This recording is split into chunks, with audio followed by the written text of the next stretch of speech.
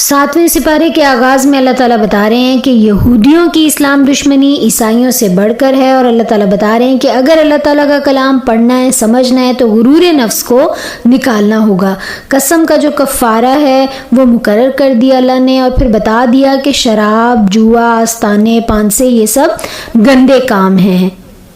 آپ صلی اللہ علیہ وسلم نے ارشاد فرمایا، ہر نشہ آور چیز خمر ہے اور ہر نشہ آور چیز حرام ہے۔ اور پھر آپ صلی اللہ علیہ وسلم نے فرمایا کہ میں تم کو ہر نشہ آور چیز سے منع کرتا ہوں۔ آپ صلی اللہ علیہ وسلم نے یہ بھی فرمایا کہ جس چیز کی کثیر مقدار جو ہے نشہ پیدا کرے، اس کی قلیل مقدار بھی حرام ہے۔ اس کے بعد اللہ تعالیٰ نے بتا دیا کہ احرام کی حالت میں شکار کرنا منع ہے، لیکن سمندر کا شکار حلال کر دیا گیا، اور پھر بتا دیا گیا کہ پاک اور ناپاک برابر نہیں ہو سکتے، ناپاک کی کثرت زیادہ ہی کیوں نہ ہو وہ پاک کے برابر نہیں ہو سکتی۔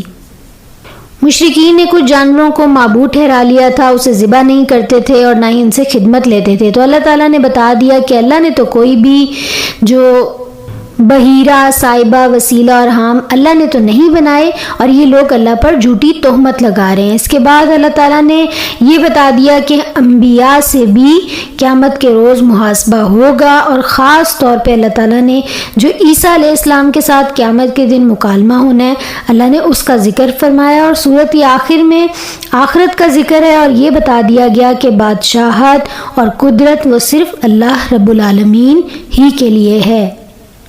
اس کے بعد سورہ انعام آتی ہے۔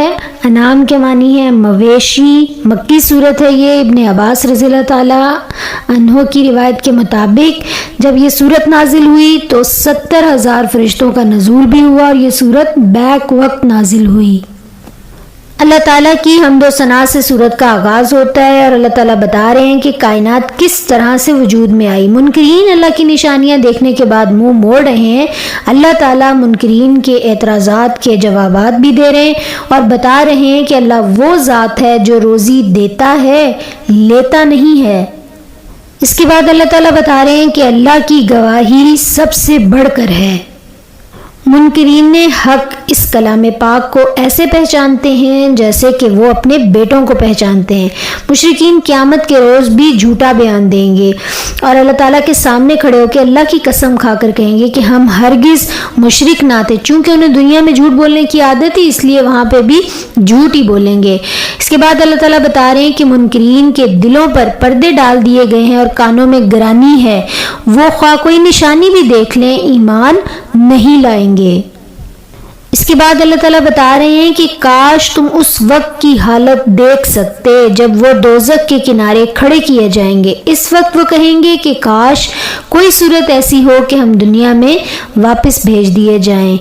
آپ صلی اللہ علیہ وسلم کو تسلی دی جا رہی ہے کہ یہ لوگ جو بھی باتیں بناتے ہیں ان سے آپ کو رنج ہوتا ہے، یہ لوگ آپ کو نہیں جھٹلاتے، دراصل یہ ظالم اللہ تعالیٰ کی آیات کا انکار کر رہے ہیں۔ اور آج بھی ایسا ہی ہے، جو بھی دین کی بات بتاتے ہیں لوگ انہیں جھٹلاتے ہیں، اور اس بات پر انہیں صبر کرنا چاہیے کہ اصل میں وہ ہمیں نہیں جھٹلا رہے ہوتے بلکہ وہ اللہ تعالیٰ کی آیات کا انکار کر رہے ہوتے ہیں۔ اس کے بعد اللہ تعالیٰ بتا رہے ہیں کہ جو دعوت حق پر لبیک نہیں کہتے، اللہ تعالیٰ انہیں مردہ کہہ رہے ہیں کہ ان کے ضمیر مر گئے ہیں۔ اور پھر بتا رہے ہیں کہ جب کوئی بڑی مصیبت آتی ہے تو کیا اس وقت تم اللہ کے سوا کسی اور کو پکارتے ہو؟ یعنی یہ کہ ہمیں یہ یقین ہوتا ہے کہ جب مصیبت آئی ہے تو وہ اللہ کے سوا اس مصیبت سے ہمیں کوئی بچا نہیں سکتا۔ یعنی یہ ہونا لازمی ہے کہ جب مصیبت آئے گی تو ہی ہم نے اللہ تعالیٰ کی طرف لپکنا ہے، تو ہی ہم نے اللہ کے بندے بندیاں بننا ہے، وگرنہ نہیں بننا۔ اگلی آیات میں اللہ تعالیٰ سمجھا رہے ہیں کہ منکرین کے دل جو ہیں وہ برے اعمال کر کر سخت ہو گئے ہیں، اور شیطان بھی اطمینان دلا رہا ہے کہ تم جو کر رہے ہو وہ ٹھیک کر رہے ہو، اور پھر وہ اتنے خوش ہوتے ہیں، اتنے زیادہ اپنے کیے پر پھول جاتے ہیں، اور اللہ تعالیٰ پھر انہیں اچانک پکڑ لیتے ہیں۔ یعنی اللہ تعالیٰ پھر انسان کو جو ڈھیل دی ہوئی ہوتی ہے وہ اللہ تعالیٰ پھر کس لیتے ہیں۔ اللہ تعالیٰ فرما رہے ہیں کہ اللہ نے رحم و کرم کا شیوا اپنے اوپر لازم کر لیا ہے۔ اللہ سے دعا ہے کہ اللہ ہم سب پر بھی اپنا خاص رحم اور کرم نازل فرما دے۔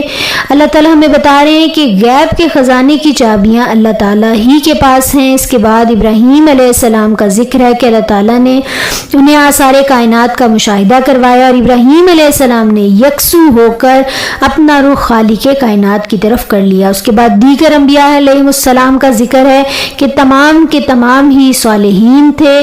پھر موسیٰ علیہ السلام کا ذکر آیا ہے کہ موسیٰ علیہ السلام جو تورات لے کر آئے تھے وہ روشنی ہی تھی، مگر موسیٰ علیہ السلام کی قوم نے اسے پارا پارا کر کر رکھ دیا۔ اس کے بعد اللہ تعالیٰ جو ہیں وہ اپنی نشانیوں کا ذکر کر رہے ہیں کہ دانے کو گٹھلی سے پھاڑنے والا، مردہ کو زندہ سے اور زندہ کو مردہ سے نکالنے والا اللہ ہی ہے۔ بحر بر میں جو کچھ بھی ہے وہ سب اللہ ہی کر رہا ہے۔ اور اللہ تعالیٰ ہمیں بتا رہے ہیں کہ نگاہیں اس کو نہیں پا سکتی مگر اللہ تعالیٰ نگاہوں کو پا لیتا ہے۔ اور آخر میں اللہ ہمیں سمجھا رہے ہیں کہ بصیرت کی روشنیاں آ گئی ہیں، اگر بینائی سے کام لوگے تو اپنا ہی بھلا ہے، اور اگر اندھے بنے رہو گے تو بھی تمہارا اپنا ہی نقصان ہے۔ تو اللہ تعالیٰ ہمیں عقل اور شعور اور سمجھ دے کہ ہم اپنا بھلا کرنے والے بن جائیں۔ آمین۔